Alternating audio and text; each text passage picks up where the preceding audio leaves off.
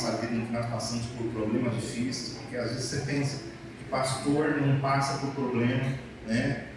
Igual às vezes a gente está aqui sorrindo, mas você não sabe o que está acontecendo lá dentro, entendeu? Das pessoas. E nós passamos por problemas difíceis e um dos problemas, o pastor Adilson veio me ajudar, né?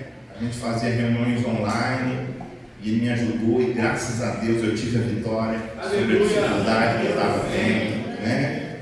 E mais à frente tive mais dificuldades. Essa última agora foi de trabalhar demais, né? O pessoal falou, né? Então, e ele veio durante a semana, ficou aqui com a gente. Então eu considero o pastor Adilson um amigo que na hora difícil ele vem para perto da gente e nos ajuda. Eu quero agradecer por sua vida, pastor, e pedir para que o senhor suba aqui e traz para a gente a palavra de Deus. Amém? Queria que você prestasse muita atenção, que não andasse na igreja, amém? Mas que ficassem focados naquilo que Deus quer falar com vocês. Amém. Fiquei bem emocionado. Deixa eu dar um outro abraço. Por aqui. Deixa eu dar um abraço.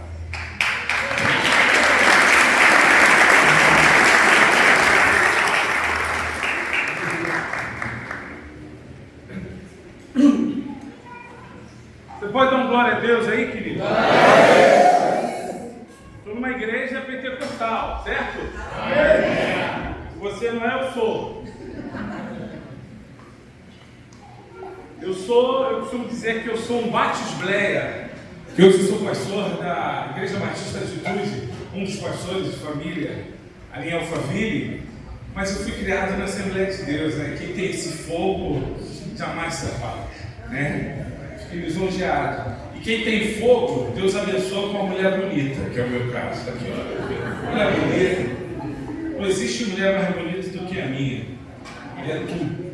Eu sou a Adilson da Gláucia. Graça e paz, igreja. Amém. Eu sou a Gláucia do Adilson e nós somos casados para sempre.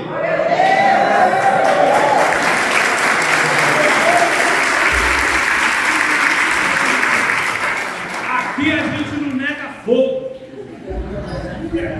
Somos casados há 36 anos e estamos aqui honrados por esse convite, por essa oportunidade. E queremos deixar aqui o nosso parabéns para vocês, igreja, que o Senhor continue sendo uma bênção neste lugar através da vida de vocês, que este lugar aqui, onde essa igreja está localizada, né? E não só aqui, mas que as pessoas possam conhecer ao Senhor, queiram conhecer a Jesus, queiram ter uma família abençoada a partir do exemplo, do testemunho das famílias dessa igreja. Amém? Amém.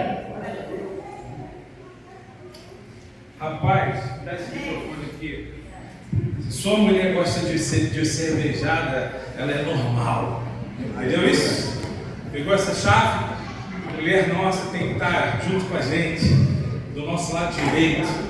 Toda vez que a gente puder, a gente abraça e dá um beijo, porque Deus está nisso. Você pode dar um outro glória a Deus aí? Pastor, eu vim para cá e vim pensando, Deus faz umas coisas diferentes comigo. Eu fico feliz porque a gente estava numa igreja e eu preparei a mensagem para falar de uma determinada situação e Deus falou comigo, rapaz, não é nada disso, é outra coisa. E nós podemos discorrer sobre Gálatas 5, 22 e 23. Eu acho que falei 1h30 a respeito desse versículo. E a importância disso é a gente saber que nós temos o fruto do Espírito Santo.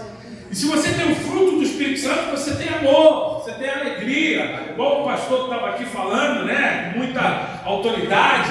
Nós temos a multiplicação, nós temos o Espírito Santo de Deus, nós somos filhos de Deus, somos a imagem e semelhança dele. Então nós temos paz, nós temos alegria, nós temos longanimidade, nós temos bondade, mansidão. Talvez, né? Tem uns crentes aí que precisam bastante de mansidão, né? Mas uma das coisas que é mais difícil é a gente ter domínio próprio, não é verdade? E aí a gente falou bastante lá, legal, E aí vim para cá, falei, Senhor, já estou com alguma coisa preparada aqui, mas o que o Senhor quer que a gente fale?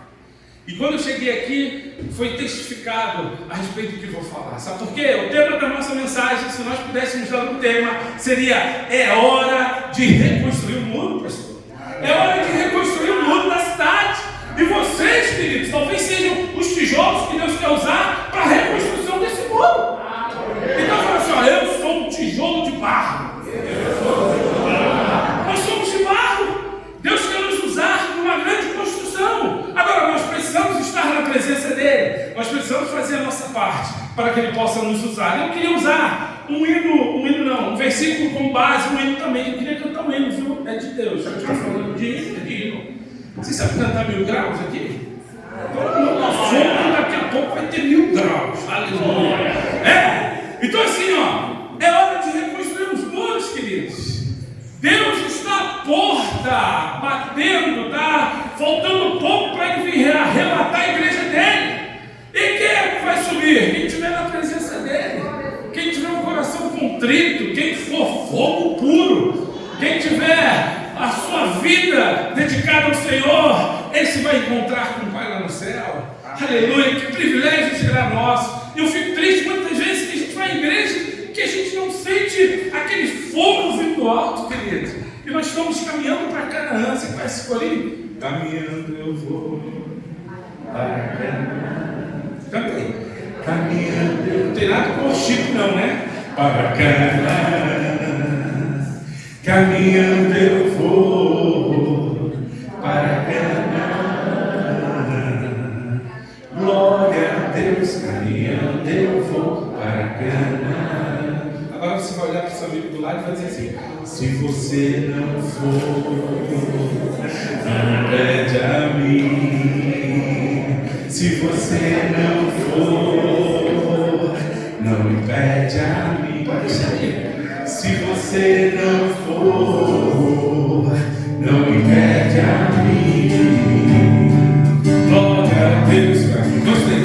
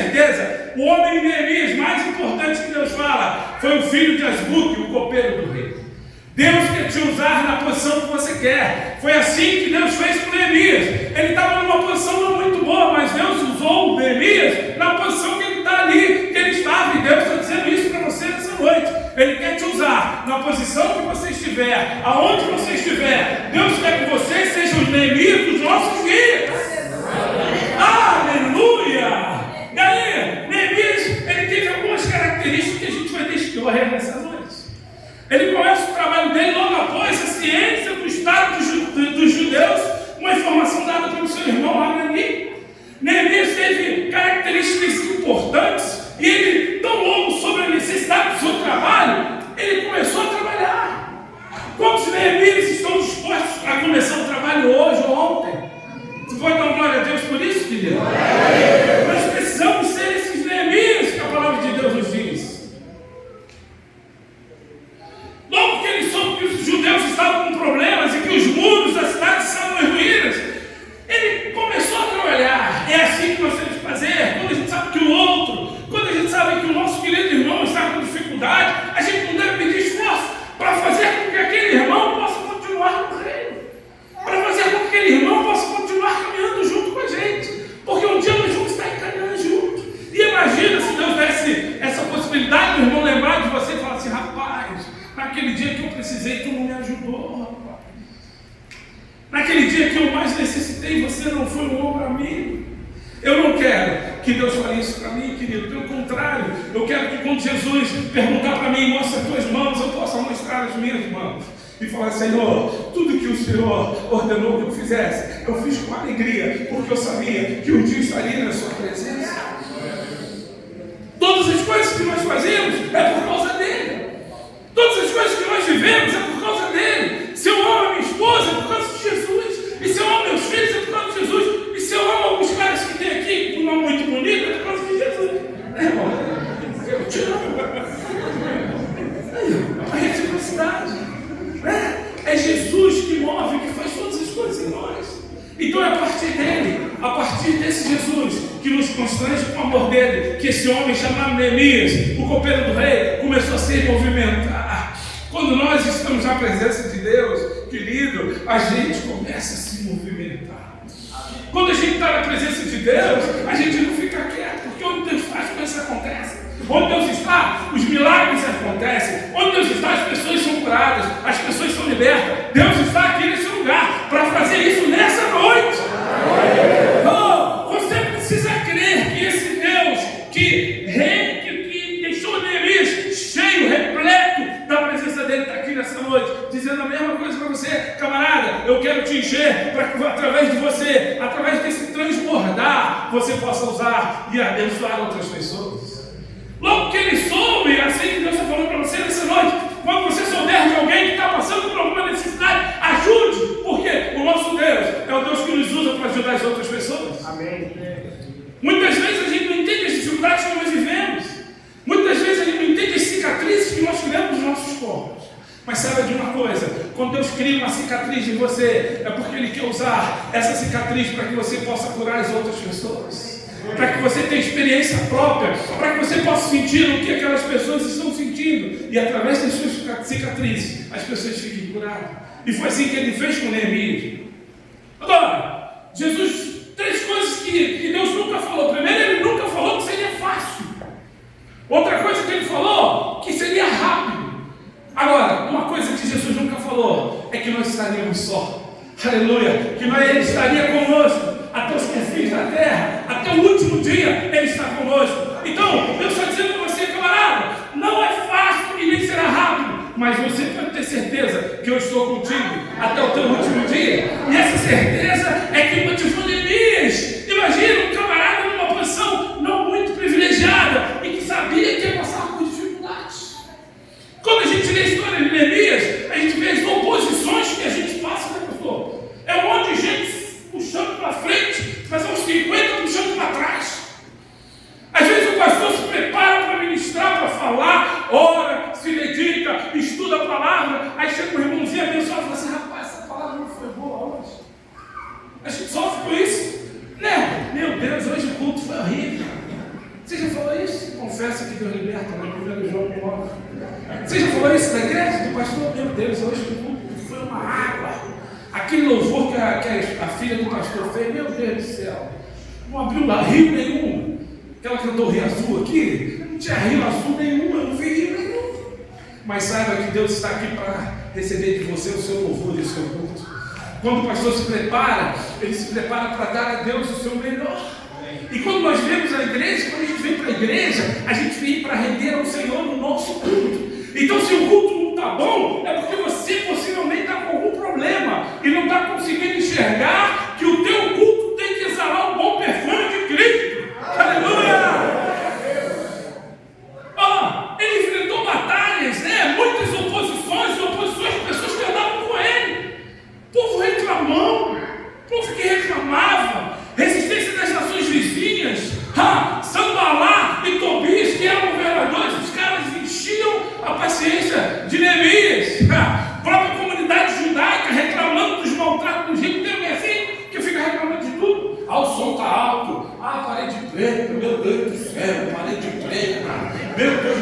telhado para esses negócios. Meu irmão, em vez de murmurar, dá um glória a Deus e segue.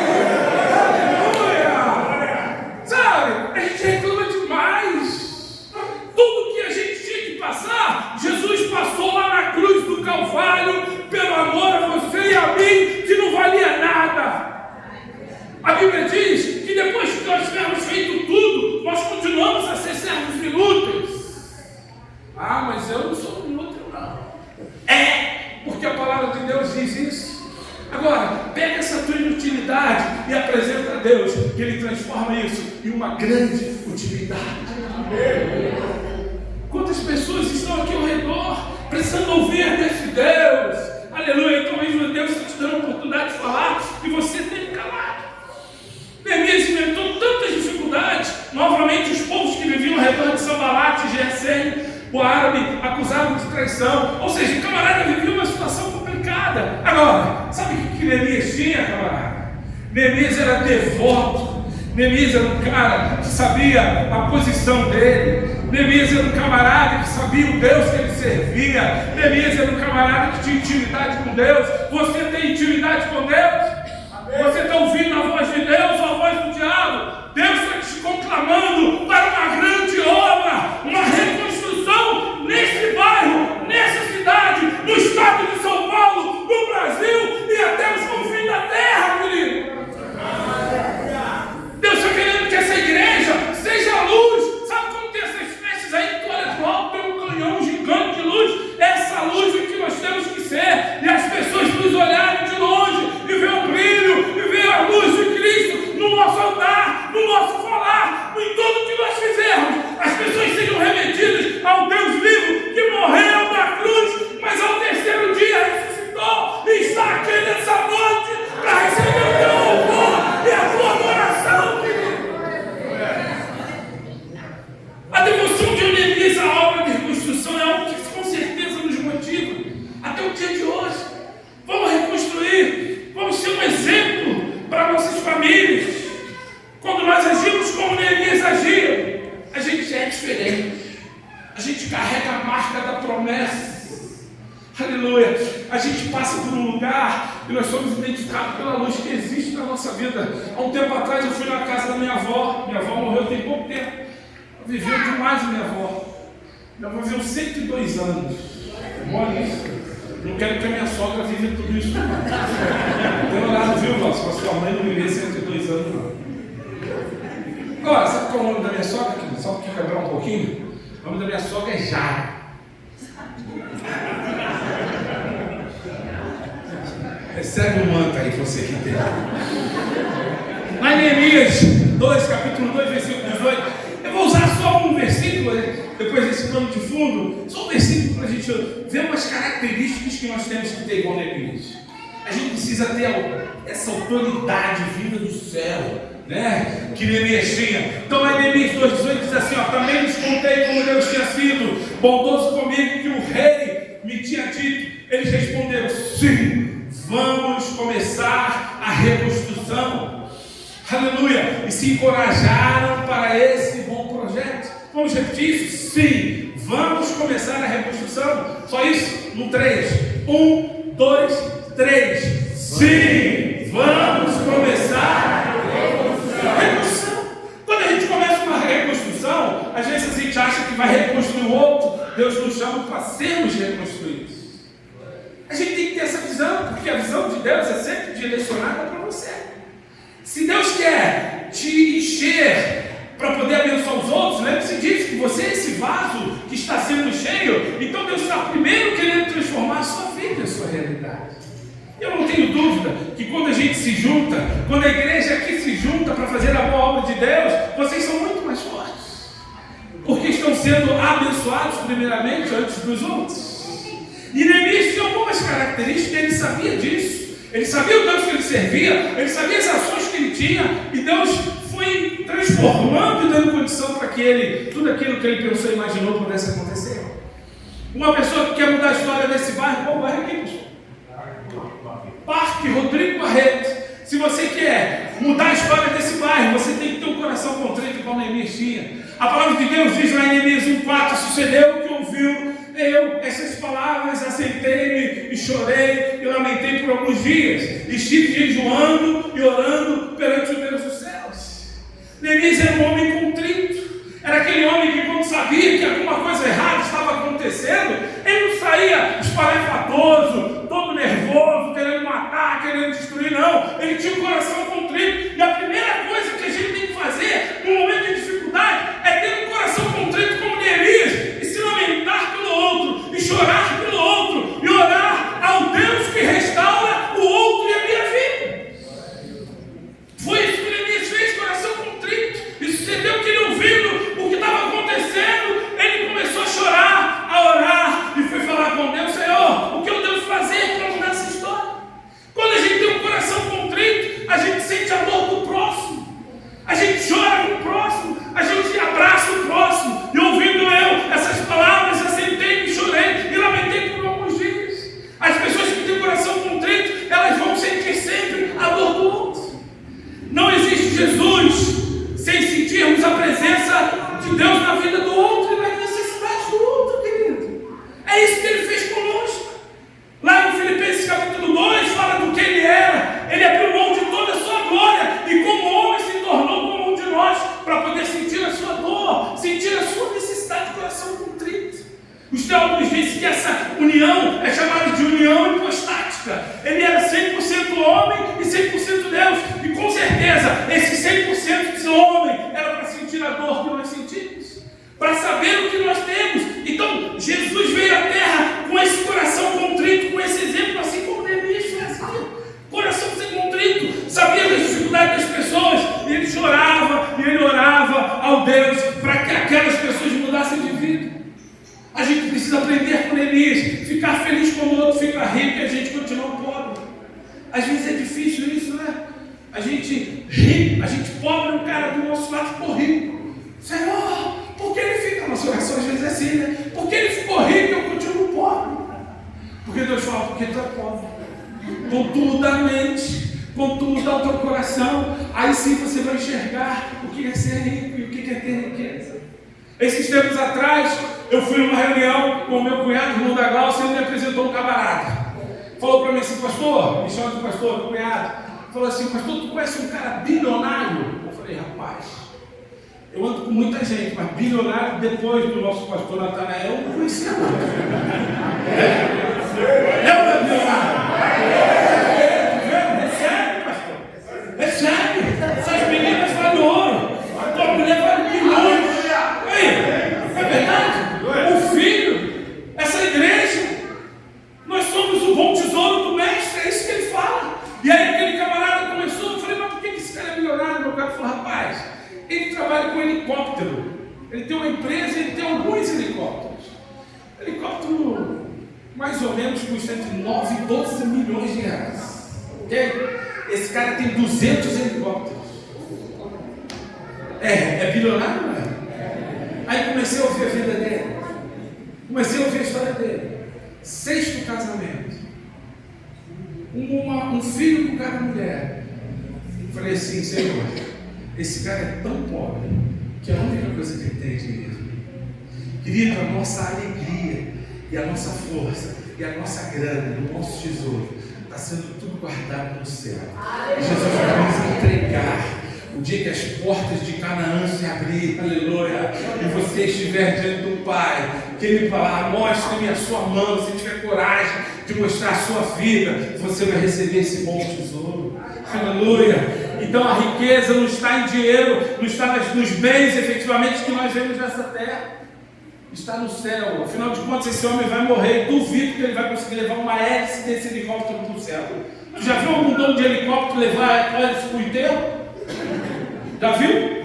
Não. Então a nossa riqueza está em Deus, está nas coisas do céu, e nós temos que plantar para que Deus reconheça e regue esse plantar e nos entregue tudo frutificado lá no céu. Neemias tinha um coração contrito. Quando a gente tem coração contrito, a gente começa a regar as coisas das formas corretas. Faça a sua parte. Neemias sabia que ele tinha que fazer a parte dele. Quando a gente se relaciona com Deus, tem a parte de Deus na relação, mas tem a tua parte. Você tem orado? Você tem ouvido a voz do Senhor? Você tem fiel ao Senhor em todos os aspectos? Você tem sido fiel ao Senhor nos dízimos, nas ofertas? Você tem orado pelo seu pastor? Você tem orado pelas pessoas mais difíceis, pelo seu inimigo? Tem um pastor amigo meu que é antipetista. Se tiver algum petista aqui, você me perdoa. E ele falou assim: rapaz, eu estou começando a orar para Deus levar o Lula. Eu falei: misericórdia, leva o rápido, Senhor. Falei assim: misericórdia. Agora, a gente precisa entender que existe a nossa parte quando a gente se relaciona com Deus. Existe a parte de cada um de nós. Então, quando Deus está aqui nesse lugar, que é a casa do Pai, Ele está esperando, né, para que você faça a sua parte nessa adoração. E a gente começa fazendo o que ela dirigiu muito bem. A gente começa adorando, orando e falando com o Senhor. Então tem a nossa parte. E aí Neemias sabia que tinha a parte dele na relação. Foi conversar com Deus. Eu estive jejuando e orando perante o Deus dos céus. Não existe melhor coisa. E não existe o maior resultado possível. Acontece sempre quando nós oramos e nos dedicamos à obra de Deus. Está difícil, querido. Deus está falando para você: faça como Neemias, faça a sua parte, ore, busque o Senhor, leia a palavra dele, limpe os ouvidos para ouvir a Deus. Tem muita gente que quer ouvir a Deus, mas as suas ações e os seus desejos são verdadeiras sujeiras que impedem o Senhor de falar com a gente. Então a gente tem a nossa parte, sabe, de fazer aquilo que Deus estabelecer para que a gente faça. Às vezes não vai ser fácil. Por que não é fácil? Quando a gente lê lá em João 16:33, ele fala assim, ó, na parte B: nesse mundo tereis o quê? Aflições, mas tem de bom ânimo, porque eu venci o mundo. E ele disse que não ia nos abandonar, assim como fez com Neemias. Faça a sua parte, ore, fale com o Senhor, ore diante desse Senhor, e com certeza você terá um coração contrito, de acordo com o Neemias disse. Então, o primeiro deles, coração contrito; o segundo deles, o coração humilde. Querido, humildade, está lá em Neemias 1:6: estejam, pois, atentos aos seus ouvidos e os seus olhos abertos, para ouvires a oração do teu servo, que eu hoje faço perante ti, dia e noite, pelos filhos de Israel, teus servos, e faço confissão pelos pecados dos filhos de Israel, que temos cometido contra ti. Também eu e a casa do meu pai temos pecado. Presta atenção, o camarada era um posicionamento totalmente diferente.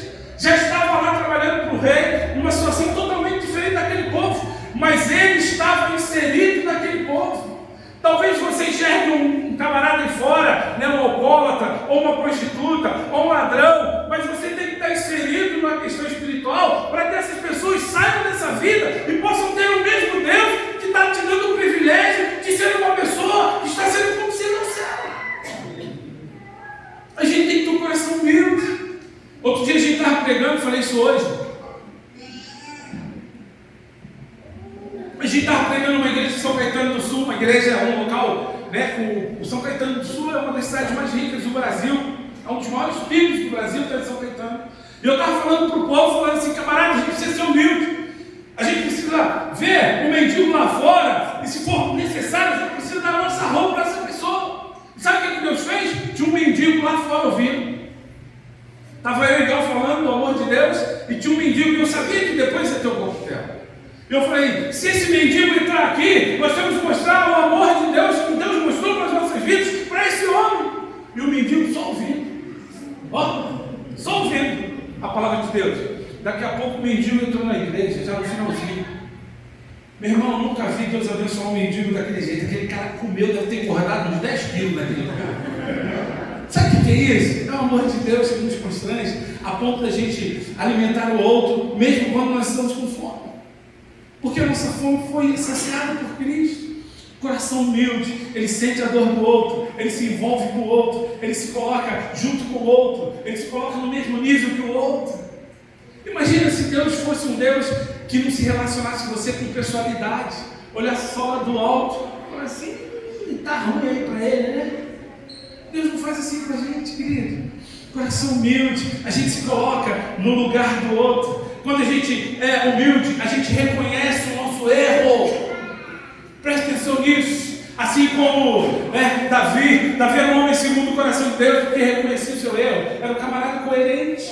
Quando o profeta foi conversar com ele, dizer a respeito do pecado dele, ele poderia ter mandado matar aquele camarada, mas ele reconheceu, ele teve um coração humilde, assim como Neemias teve, reconheceu o seu erro, e é a partir desse reconhecimento que Deus começa a mudar a nossa história. Quando a gente reconhece que nós somos dependentes de Deus e que a gente precisa viver viver Deus na nossa vida. A gente precisa fazer as coisas por Ele e para Ele. Quando a gente tem um coração humilde, a gente reconhece logo de cara quando a gente peca. E assim Neemias se fez, colocou no lugar do outro. Não existe cristianismo sem nós nos colocarmos no lugar das outras pessoas, sem a gente abraçar as outras pessoas, sem a gente sonhar com as outras pessoas, os sonhos das outras pessoas, e se alegrar com isso. E aquele homem reconheceu aquilo, sabia da necessidade daquele povo. Outra característica importante que Neemias tinha era um coração voluntário. E com certeza a igreja é um lugar que tem muita gente de coração voluntário. Às vezes o pastor chama para pintar a igreja e está um camarada lá.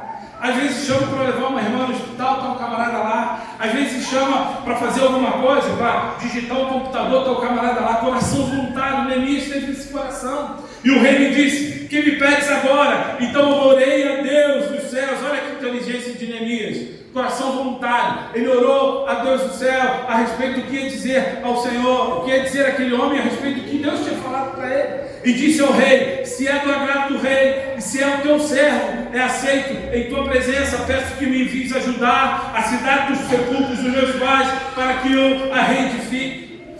Neemias se colocou numa posição de voluntariado, uma pessoa que está voluntária para servir a um Deus que reconhece o nosso voluntariado e vai um dia nos recompensar lá no céu.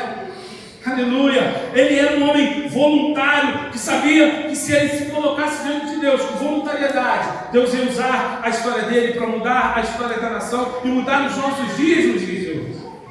Coração voluntário, se coloca à disposição das pessoas. Essa semana a gente viajando para um determinado lugar, a gente se deparou com um homem e ele veio conversar comigo que está com dificuldade de colocar gasolina no carro. E eu falei para Galgal: a gente está vendo um mundo tão difícil, mas a gente precisa de uma forma ou outra mostrar para esse homem que a gente tem condição de ajudar. Eu não ia colocar ele no meu carro, mas eu ia comprar gasolina para ele. Quando eu saí para conversar com uma pessoa e essa pessoa tinha combustível para poder receber. Coração voluntário se coloca na presença do outro com disponibilidade. Sabe? O pastor falou: nós vamos orar aqui meia-noite a 2 horas da manhã, a igreja está cheia. É assim? É assim? É assim? Coração voluntário não vê as dificuldades, vê o Cristo que resolve as dificuldades.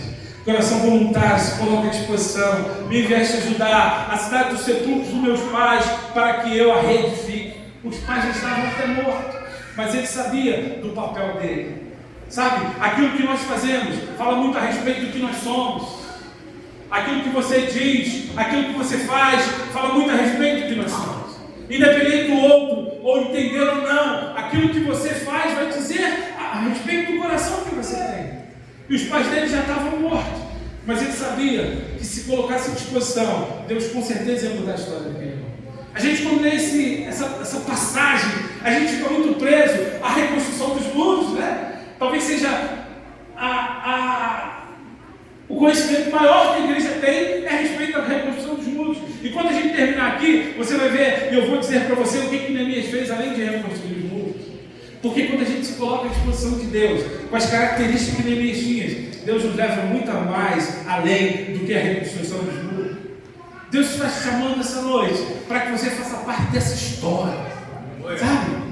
Tem um hino que diz assim: ó, quando se fizer chamada, lá estarei. Quando Jesus te chamar, querido, não pense muito, não perca tempo. Vai, se apresente com o coração contrito, voluntário e humilde diante de Deus para mudar a história das pessoas. Olha só, Neemias, além de todas essas características, tinha um coração visionário. Nós precisamos enxergar essa igreja, como o pastor que falou, com 2.000 pessoas, com 3.000 pessoas, pessoas reunidas para adorar a Deus com espírito e verdade, pessoas libertas do pecado, caminhando para Canaã e falando do amor de Deus para as outras pessoas. Coração visionário, sabe, lembra mais um, né, pastor? A igreja, assim, se nós tivermos 100 pessoas aqui, se cada uma lhe trouxer uma pessoa para Jesus, por um mês, a gente teria daqui a 30 dias 200 pessoas louvando a Deus nesse lugar. Agora, a gente precisa entender que para que isso aconteça, eu tenho que ter algumas características, e uma delas é esse coração visionário. Neemias acreditava que podia reconstruir aqueles muros. Disse mais ao rei: se ao rei parecer bem, dei-lhe cartas para os governadores da lei do rio, está lá em Neemias 2:7-8, para que me permitam passar até que chegue a Judá. Como também uma carta para Asaf, guarda da floresta do rei, para que me dê madeira para cobrir as portas do passo da casa, para o muro da cidade, para a casa em que houver de entrar. E o rei mais deu do que ele pediu, segundo a boa mão de Deus sobre mim. Sabe o que acontece? Às vezes a gente está diante de algumas situações que a gente não acredita na possibilidade de que aquilo pode ser triplicado ou dobrado a nosso favor. Neemias sabia disso, porque ele sabia que aquilo era uma boa obra que ele estava fazendo a respeito de Deus. Coração visionário, ele não vai olhar para as circunstâncias e nem para os benefícios próprios, mas ele vai olhar para aquilo que Deus estabelece como algo visionário na vida dele. Neemias tinha um coração visionário, ele planejava e aplicava. O cristão tem que planejar o seu tempo. No tempo do cristão tem que ter adoração, tem que ter louvor, tem que ter leitura da palavra, tem que ter testemunho. Ele planejou a estratégia e foi e aplicou. Dei-me cartas para os governadores da lei do rio, para que me permitam passar, que chegue até Judá. Ele foi visionário, ele planejou, ele aplicou, para que me deem madeira para cobrir as portas do passo da casa, para o muro da cidade, para a casa em que houver de entrar. Ele se preparou. A grande dificuldade de nós cristãos é que muitas das vezes a gente vai para uma guerra espiritual sem ter um preparo específico que a palavra nos manda ter. E como é que estão as suas guerras? Você está se preparando para isso? Você está se planejando para isso? Por último, a gente precisa, depois de tudo isso que Neemias tinha, todas essas características, estar no centro da vontade de Deus. O centro da vontade de Deus é o ápice das nossas respostas para o nosso dia a dia. Quando a gente lê Neemias 2,12, e de noite me levantei, eu e poucos homens comigo, e não declarei a ninguém o que o meu Deus me pôs no coração para fazer em Jerusalém, e não havia comigo animal algum, senão aquele que eu estava montado. Estar no centro da vontade de Deus, assim como o apóstolo Paulo estava, é quando nos momentos mais difíceis da vida dele, nos momentos mais difíceis da nossa vida, a gente está ao lado de Deus, está testemunhando e verificando aquilo como algo que vai abençoar a vida do outro. Estar no centro da vontade de Deus é estar todo poderoso. Às vezes estar no centro da vontade de Deus é estar passando por grandes tribulações. Estar no centro da vontade de Deus é entender que a vontade é dele e não minha. E eu preciso entender que tudo que ele faz na minha vida é para o meu bom proveito e para o meu crescimento. E Neemias estava no centro da vontade de Deus, ia passar o nosso fogo. As pessoas iam reclamar, ia ter dificuldade na floresta, ia ter dificuldade para juntar as coisas, né? Ia ser zombado, mas ele sabia que o final ia dar certo, porque Jesus estava com ele até o fim. Foi isso que Jesus falou para a gente, que estaria conosco até o fim.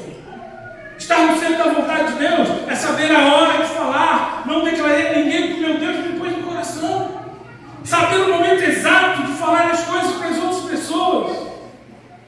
Estar no centro da vontade de Deus é fazer a vontade dele e não a nossa. Deus me pôs no coração para fazer e ele fez.